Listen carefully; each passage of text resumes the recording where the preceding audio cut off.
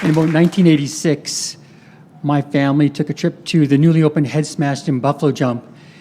And at the very top, there was a gentleman giving a lecture from the overlooking platform of the actual jump. And I stood there, and before I knew it, my parents and my brother had already gone through the whole center and came back to get me and wanted to go. And a few years later, I saw a gentleman on the TV screen complaining about the construction of the Old Man Dam, and I was sure it was the same gentleman. I could be wrong on that. And a few years after that, I'd decided that I didn't want to be in pre-commerce, and I took an archaeology course. And it was definitely the same man that I saw on TV. And that was Alberta archaeology, and that was Barney Reeves. Unlike a lot of presenters then, I didn't grow up with Barney. He was already a living legend when I went to take courses from him. I enjoyed his courses, that course in Alberta archaeology so much. I actually took 2 other courses from that, didn't give me credit towards my degree. They were kind of fringe courses. One was Early Man in the New World. Of course, back in the 80s, there were no women, and there was no women in the New World either. And the other one was kind of like, what would you call it? Public and archaeology, but it was more like what is like Atlantis type of stuff, that kind of thing. And I really enjoyed it. There's something about his presence and just the way he delivered talks that I truly, truly enjoyed. He certainly influenced my career tons, and you can see that he's had a tremendous impact on Alberta archaeology and North American or Northern Plains archaeology in general. So in the vein of Barney Reeves, I'm going to give a talk that's long. It's going to be filled with facts and maybe fringe. I really wanted to use 2 slide projectors for people old enough to remember the 2 slide projector thing, but there was budget cuts. Thank you, Alberta government. But yeah, so snakes in the grass. Oh, and this is the other important thing is this is a talk that is supposed to be controversial and make you think. That was totally Barney's thing. Always think and think critically about what's going on. So there's basically the 2 controversial parts of this talk are when you hear the word snake in the historical record, is it referring to the Shoshone? And the other thing is, where and when were the Shoshone on the actual plains? Did they come up into Alberta? This is one of the few exceptions I think there is to the fact that I think most references to the snake are to the Shoshone, and this is clearly one that is not to the Shoshone. This is about a group, probably a band, that's near the Lake of the Woods. So I want to talk about just going through the record and finding out when people talk about the snake and how we can put it in a context to suggest that it actually is the Shoshone. And this is a reference on top here to the Blackfoot talking about the snake. And it's pretty clear when you go through the Blackfoot ethnographies and stuff, when the Blackfoot talk about the snake, they are talking about the Shoshone. There's a good half dozen stories that clearly show that. And the second quote there is from some Kootenai observers, and they say, oh yeah, the snake are the Shoshone, and in fact, they lived in the Calgary area pre-horse. Remember that. One of the earliest, well, the earliest reference to the snake are in the historical literature is from Le Vondre. This is it was actually from 1739, but this is from two of his sons went out together in 1742. And what's interesting about this quote is, by then the Snake are already a powerful nation. They are raiding into the middle Missouri even area. And the interesting part is, whenever they capture someone, they're trading them for horses. And keep that in mind too for a bit later. So what's going on here? Basically, the brothers leave from Fort Loren. They come down to the middle Missouri area. In about 2 weeks, it takes time to get there. And they meet dozens of groups that are named and everything that are very difficult to understand who they're actually meeting. But the most interesting thing to us is they run into a group called the Gens de l'Arc. And this group is a group of indigenous people that are quite different from everyone they've met. They are the only group to stand up to the Snake. The Snake are scared of these guys. In 1742, they're scared of these guys. And they actually say, we'll take you on our raid that we're going on. And they go to the mountains. They definitely get to the mountains. We don't know if they get to the Bighorn Mountains or the actual Rocky Mountains, but they get to the edge of Snake territory. And then they panic because the Snake aren't there and they think they've been outflanked. So they run back. Importantly, as they're retreating, the Chevalier get separated from their native friends, and they get attacked by some shield-bearing guys coming out of and they fire their guns over them. And these guys know what guns are. They've encountered them, and they flee. Okay. Interestingly enough, some family friends or acquaintances, Bougainville has a memoir, and he actually talks about how the Cree and the Assiniboine have names for the Jeanne d'Arc, and they are the people of the bow and the people of the big river. And I'm like, one American person has actually said, oh, this is the Blackfoot. And I'm like, yes. And then they come out and say, oh, but they live south of Mandan. So the rest of the Americans got on board and say, oh, it's the Pawnee. So there's work needed here, and I haven't had time to pursue it much farther, but it's very interesting. The fact is that, though, they do get to the mountains, and that's where the Snake are supposed to be. There's a number of maps based on this information. I don't want to delay on this too much, but this is Lake Manitoba, Fort Lawrence down here, and then you can see the Nation of the Serpents, because that's the main group that they ran into, and the Mandan are down here. A little bit later, 1762, Thomas Jeffries is the same type of thing. You can see the Sioux are on this map. A lot of people think the Sioux are the Snake. I can't go into that, but it's not true. The Lavandre were clearly aware of the Sioux and the Hidatsa, and in fact, no, they've got the Nation of the Snake well west of them as well. Perhaps the most clear representation of what's going on comes from Peter Pond's map. This is a map of basically a 1770s representation of what's going on, because he worked in this area, the upper Mississippi in Canada, back then, and he was well aware of the area and had many kind of first-hand anecdotes from other people about what was going on. And then, of course, he went on to great fame in northern Alberta and everything. But you can see you've got, he was at Fort Pine, south of Lake Manitoba. You can see he comes out here. Here's the Assiniboine. You've got the Blackfeet Indians. I'm not sure who the Sweetmouth Indians are, but they're clearly brushing and flossing well. You got the Big Bellies, which may be your buddies.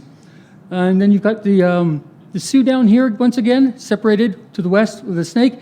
And you've got a statement down here about the Mandan, and it actually says, here upon the branches of the Missouri live the Modanes, who bring to our factory at Fort Pine on the Assiniboine River Indian corn for sale, or people go to them with loaded horses in about 12 days, which is exactly the same time about that the Lavandres were traveling.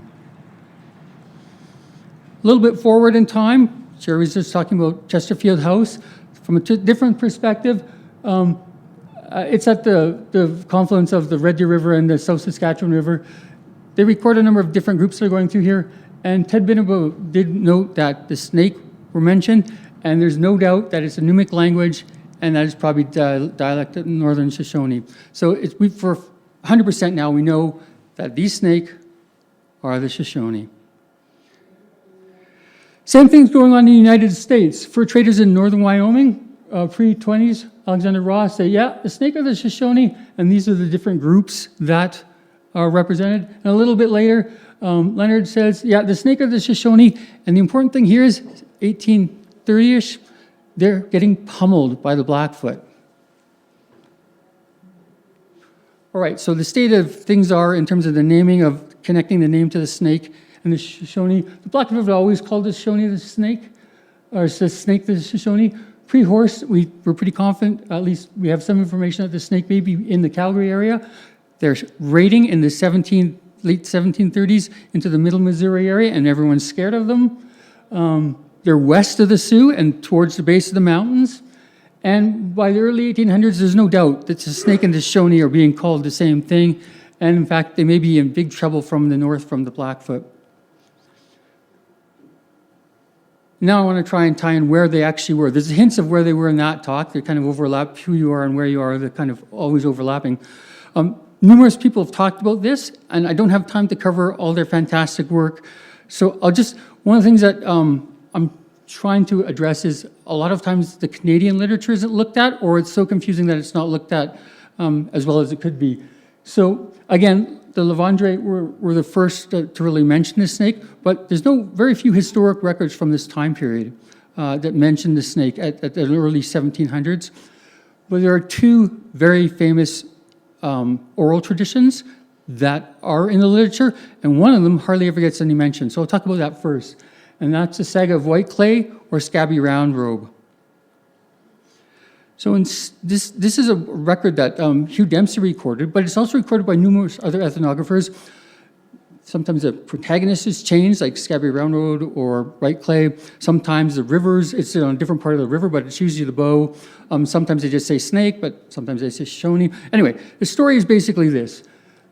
About 1690, it's well known that the snake had moved up slowly into the Calgary area, south of the bow, and that the Blackfoot had been forced from the Calgary area, north of the bow, up into the Eagle Hills area. There were no horses. There were no trade goods at all. It was an okay situation. And then all of a sudden, there's a fight, and a Blackfoot child gets killed. And the tale of Scabby Round is that when he comes of age, he goes down to, on a war party, he goes down to Ridge Underwater. The Blackfoot are up in this area, Eagle Hills, north of the bow. The snake have come up here. He goes down to Ridge Underwater to confront the snake during a war party.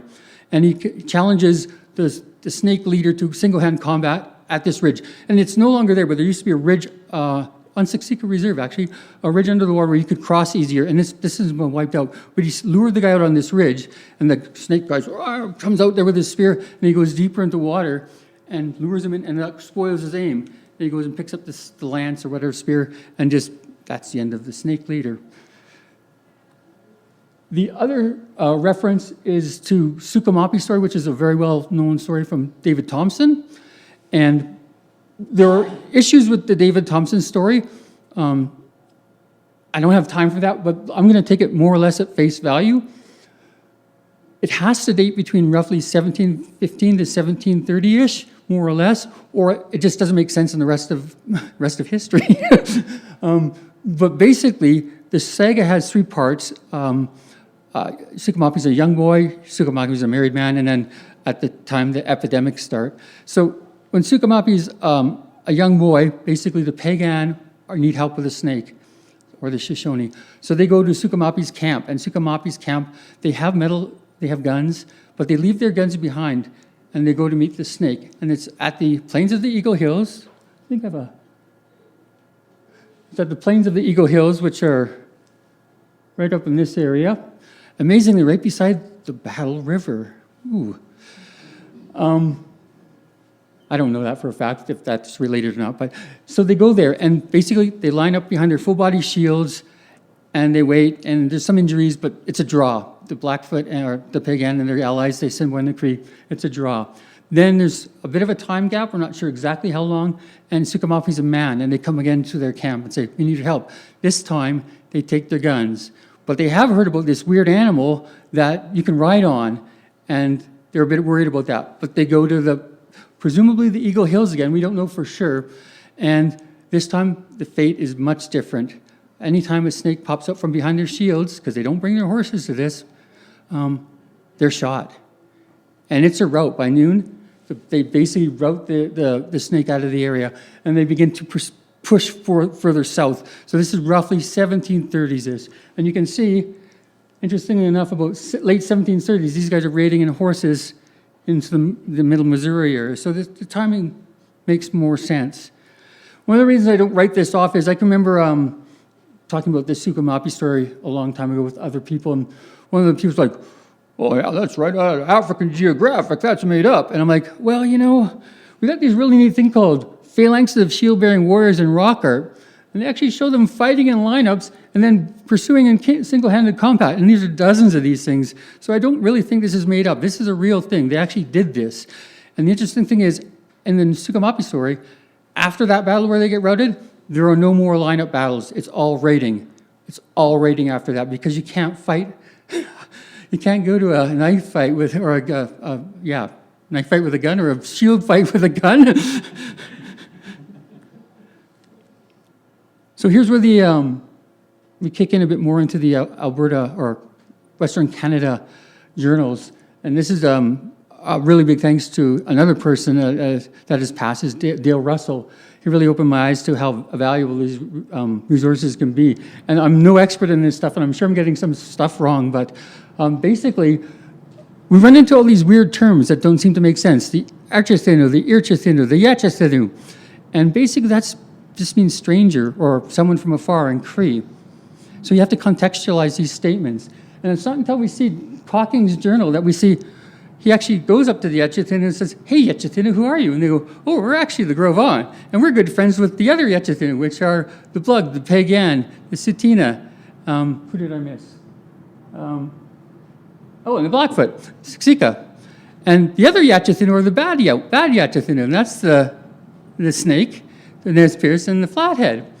And so you have to put these comments in context. So when you look at Hende's journal, he is really interested in meeting the Etchethinu.